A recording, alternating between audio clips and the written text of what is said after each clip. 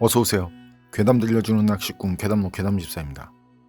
단팬님들, 무덤, 묘지, 장례식장 이렇게 죽음과 가까운 곳에서 일하시는 분들 중에 진짜 오싹하고 말로 설명이 안 되는 그런 경험을 했다는 분들이 계시던데 말이죠. 그런데 그런 경험들이 심리적인 이유 때문이라는 말도 있잖아요. 아무래도 죽음과 가까운 곳들이니까 평소에 마음속에 그런 생각들이 자신도 모르게 있었는데 어느 순간 빵 하고 터진 거라고 말이죠. 그런데 이번 경험은 그렇게 우연이라든지 심리적인 이유라고 보기엔 좀... 이번 이야기는 푸른 천상님께서 보내주신 사연입니다. 푸른 천상님 사연 제보 감사합니다.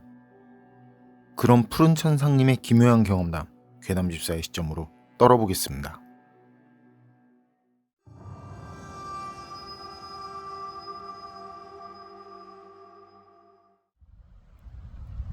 옛날에 거기서 했었고 홍천, 화천, 양구 여기 저 샘밭 그 가족묘지 안 되는 데 없는데 막 저기 저 학공리 거기도 다녀서 아주 몇 달 동안 그거 묘집하러 다녔어.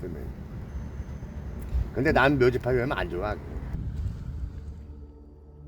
제가 소름 돋는 오싹한 얘기 하나 해드릴게요.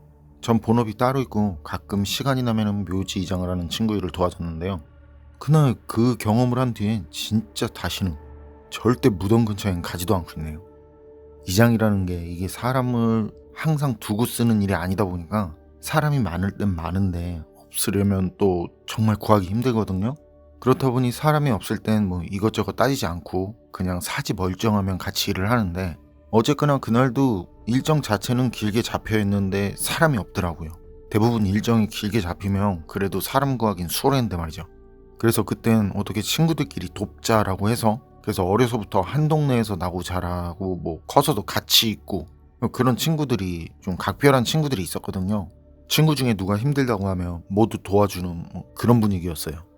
그리고 그때 작업을 한다는 곳이 어릴 적 우리가 뛰어놀던 그런 동네 있고 아주 작은 야산인데, 산 아래 바로 초입 부분부터 작업을 한다고 그래요. 그래서 친구 중 하나가 시간들 내서 만나게들 됐으니까 어린 시절 분위기도 낼 겸 하루 전에 만나서 간단히 한잔하는 거 어떠냐고 그래요. 마침 거기에 또 폐가 수준으로 망가졌지만 묘직이 집이었다는 집도 있고, 그래서 그때 이장 일을 하는 친구는, 그러니까 저희가 도와주는 그 친구는 이것저것 준비할 게 있어서 빠지고, 그리고 우리는 이장 작업을 한다는 거기 산 초입에 있는 폐가에서 모였죠. 그리고 그 집 마당 앞에 자리 잡고 또 한 잔 기울이면서 이런저런 얘기들을 하다가 몸도 피곤하고 하니까 자리 잡은 곳에서 하나둘 잠들기 시작했는데 말이죠. 그러다 보니 나중에는 다 잠들고 저 혼자 남은 술을 마시게 됐는데요. 그때 제가 이것도 저것도 힘든 시기라 친구들한테 말하기도 뭐하고, 어쨌든 그렇게 혼자 술을 마시는데 어디선가 좋은 냄새가 풍겨와요. 아시는 분도 꽤 계실 것 같은데, 왜 옛날 할머니들이 바르던 그 붓냄새 있죠? 은은하면서 포근한 그런 냄새가 풍겨오더라고요. 그런데 그게 겁나는 게, 거기가 산초의 평지라고 해도 산은 산인데 거기서 그 시간에 그런 냄새가 날 리가 없거든요. 그래서 이게 뭔 냄새인가, 어디서 나는 냄새인가 하고 둘러보려고 고개를 돌리는데, 그때 바로 옆에, 진짜 바로 옆에 누가 있어요. 친구는 절대 아니고 아주 진한 붓냄새를 풍기면서. 와, 진짜 그 상황이 되니까 이게 미치겠대요. 머리가 깨질 듯이 아파지면서 뒷목이 뻣뻣해지는데 머리 혈관이 다 터져나갈 것처럼 아파와요. 그런데 그런 느낌이 드는 동시에 또 목소리가 들려요. 여자더라고요. 맛있니? 맛이 좋아? 뭐 그렇게 말하는? 그런데 사투리 같은데 이쪽 말이 아닌 것 같은 조선족 말 같기도 하고. 그리고 그 여자는 계속 그 말을 반복하는데 붓냄새 있잖아요. 그게 점점 엄청 진해지는가 싶더니 나중엔 엄청 역해지더라고요. 이장 작업을 할 때 나는 그 냄새. 그러면서 좀 전에 말을 걸던 그 여자가 서러운 듯이 우는데, 아 미치겠대요. 몸도 움직이지 않고. 그런데 그때 또 다른 소리가 들려요. 이번엔 할아버지 목소리인데 이게 말하는 게 여자 보고 그러지 말라는 것 같았어요. 그 상황에 뭐가 어쩌니 저쩌니 귀에 자세히 들리지도 않고, 뭐 대충 하지 말라느니 이 사람이 뭔 잘못이 있겠냐느니 그런 말만 알아들었는데, 그런데 이 할아버지도 억양이 또 못 들어본 억양이더라는 거죠. 어쨌든 할아버지가 그런 말을 하니까 여자 울음소리도 들리지 않고, 거짓말처럼 좀 전까지 터질 듯이 아팠던 머리가 괜찮아지네. 그때 슬쩍 눈을 떠보니까 바로 전까지 그 옆에 있던 여자는 보이지 않았고요. 그리고 또 바로 옆에 있을 거라고 생각한 할아버지는 몇 미터 앞쪽 산속에 쓰러져 있네. 그리고 어딘가 이렇게 많이 불편하신지 계속 끙끙거리시고, 그래서 바로 일어나서는 할아버지가 쓰러진 그 산 쪽으로 달려갔는데 이게 달려가도 닿지가 않네. 그러면서 몸이 엄청 무거워지고, 그런데 할아버지가 손끝으로 이렇게 뭘 가리키세요, 제 앞쪽에. 그래서 보니까 뭔진 모르겠는데 이게 비단인지 헝겊인지 그런 걸로 만든 것 같은 도톰하고 알록달록한 그런 나비가 있더라고요. 대충 어른 남자 그 손바닥 반 정도 크기? 제가 그걸 주워드리니까 할아버지가 고개를 끄덕이세요. 뭔 뜻인지는 모르겠는데 고개를 끄덕이시더라고요. 야, 이게 뭐지 싶죠. 이게 뭐지 하는데 그때 어렴풋이 소리가 들려와요. 네 여기 왜 와있냐고, 일어나라고. 이거 완전 취했네, 뭐 이런 소리들. 그래서 보니까 친구들이 제 주변에 서 있고, 또 전 언제 왔는지 폐가 앞쪽 산속으로 들어와 있는데 한참을 걸어서 들어와 있더라고요. 그리고 제가 있던 곳은 땅이 파져 있고, 그 이장 일을 하는 친구가, 그 친구 말이 전에 일하던 인부들이 작업한 자리라고 그래요. 냄새가 엄청 지독하니까 친구들은 빨리 나오라고 그러고는 위로 올라갔거든요. 그날 작업할 자리로 간다면서. 그런데 그때 제 손에 나비가 쥐어져 있더라고요. 색이 다 바래서 이 원단이 뭔지도 알아볼 수 없을 정도로 망가졌는데 그게 나비였구나는 알겠어요. 와, 이거 뭐냐 싶어서 저도 바로 그거 던져버리고 바로 친구들 따라 올라갔죠. 그리고 그날 이장을 무덤이라고 해서 작업을 했는데,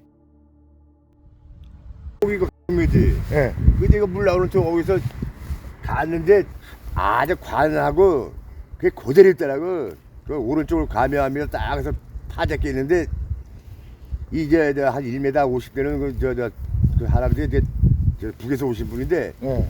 눈을 이렇게 딱 또 입을 딱 벌리고 계시더라고요.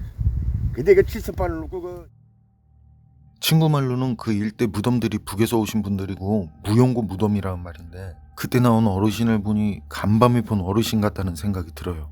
그리고 그 무덤에서도 나비 같은 게 나왔는데 말이죠. 그걸 보니까 좀 전에 본 제가 던져버린 그 나비가 생각나는 거예요.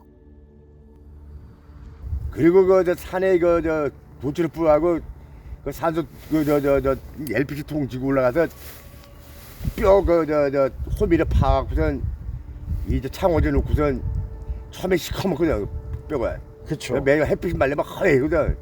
그거 도치르프 돼갖고 씨앗을 빠내고. 근데 그 애는 안 좋더라고. 그게 뭐가 운때가. 그래서 그거 한 뒤에 그때 바로 그 자리에서 화장을 하고 이제 분고를 했거든요. 제가 밑에서 본 나비 같은 걸 가지러 내려갔다. 그리고 다시 올라오니까 친구들이 뭐냐고. 그래서 간밤에 있었던 걸 얘기했더니만 아직 술이 덜 깬 거냐고. 냄새 엄청 나는데 그걸 또 챙겨왔냐고 그래요. 그러면서 빨리 태우라고.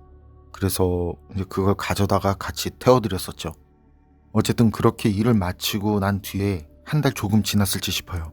하얗게 그 말끔하게 차려입은 할아버지랑 젊은 여자가 고맙다고 그래요. 꿈에서. 그리고 어쩌니 저쩌니 서로 말을 나누는데 대화 내용은 솔직히 기억이 안 나고, 그렇게 대화를 나누다가 중간에 잠에서 깼거든요. 그런데 그날 오후부터 이 수금이 안 되던 작업 대금부터 해서 말이죠. 골치 아팠던 일이 싹 풀리기 시작하더라고요. 야, 정말 신기하다 싶었죠. 전 주변에 이게 서로 연관이 있다고 떠들진 않아요. 그런데 확실한 건 냄새가 엄청 역했던 그걸 일부러 가져와서 같이 태워드렸었다는 거라는 거. 그리고 세월이 한참 지난 지금에도 가끔 왜 어르신하고 그 여자는 같은 나비 장식을 가지고 있었을까 하는 그런 생각이 들더라고요.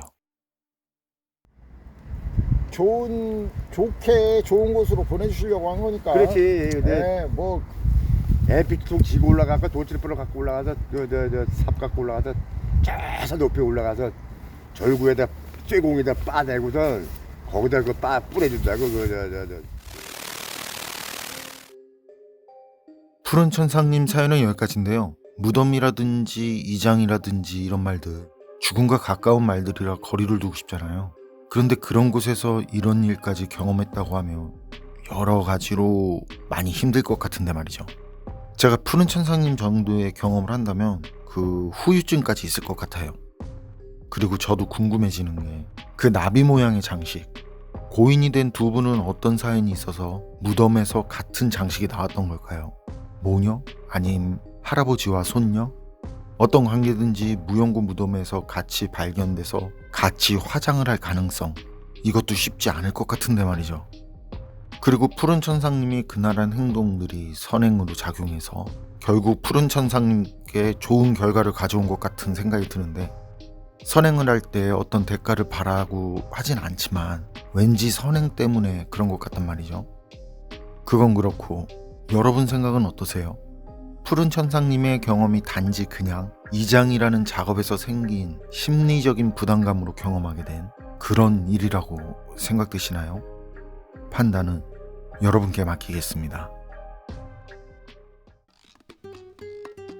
괴담록 오늘 이야기는 여기까지입니다. 그럼 전 다음에 또 다른 사연으로 찾아뵙겠습니다. 늘 건강하시고 평온하세요. 함께 해주셔서 고맙습니다.